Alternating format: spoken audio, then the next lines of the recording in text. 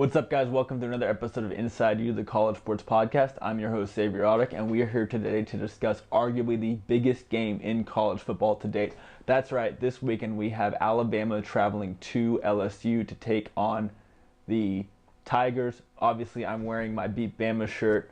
I think this is going to be an interesting game for a lot of reasons. I think anyone not inside the state of Alabama likely will be rooting for the Tigers just for the hopes that it gives their team a better shot of making the playoffs. Certainly after last year, the committee is not afraid to put two teams from the SEC into the playoff. And looking at the initial rankings, right, you have Alabama at 1, LSU at number 3. So looking at this game, a lot of very interesting storylines, obviously being the biggest one being Devin White's targeting penalty, which will keep him out of the first half of the Tigers game against Alabama.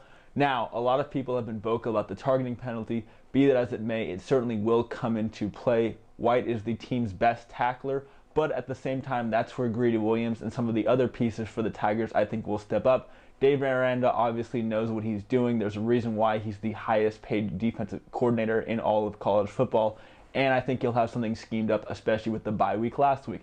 Now, this is a very interesting game in that just about every factor you would think goes in favors of the Tigers except for the on-field product. Night game in Death Valley, coming off a bye week, and in LSU, even with them having lost one game, which was to Florida in the Swamp, they've been tested. They've been tested repeatedly by Auburn. They were tested by Florida, obviously, and they were tested by Miami. We know what they're going to respond like. Alabama really hasn't been tested this season.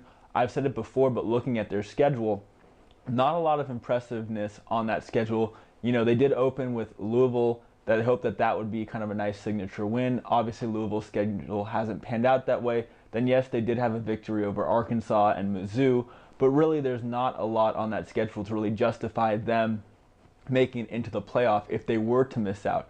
You know, last year they kind of got lucky in that they lost, but fortunately that victory over Florida State did just enough to get them into the playoff. Looking at the rest of their schedule, Auburn's obviously down, so it's going to be hard to justify them fighting their way back into it, barring some help from other teams and another unequivocally better selection. So let's actually get to the matchup on the field. Certainly, Ed Orgeron has proven that he is willing to go for it. You know, he went for 4 fourth downs just a couple of weeks ago, got all 4 of them. He's going to have to pull off some of his old employer, Les Miles Mad Hatter tricks to make this game interesting. However, if they can keep it tight, imagine what Tiger Stadium will be like in the second half when Devin White takes the field for the Tigers. Obviously, that atmosphere going to be insane, as this is probably the best shot that the Tigers have had of unseating the SEC King Crimson Tide in a number of years. Now, in my mind, this game really does come down to Joe Burrow versus Alabama's defensive backs and secondary. The big story being how decimated that secondary has been by injuries and suspensions and other things. If Burrow and Nick Saban in that running game can get moving, if they can really put this Crimson Tide defense on their heels, they're going to have success. On the other end of things, you really have to just talk about slowing down that Alabama offense. Tua Tagovailoa, very much the Heisman Trophy winner at this point, definitely by far in first. Going to be hard to slow down that offense. Looking at the pieces they have, you have guys like Jerry Jeudy, who's playing like the best wide receiver in all of college football right now. And then looking at the running backs, they have 4 legitimate running backs who they can put in there at any time. They can just kill you with their platooning system if the passing game isn't there. Now, with that being said, again, this really team hasn't been tested. We're not sure how they're going to respond to adversity.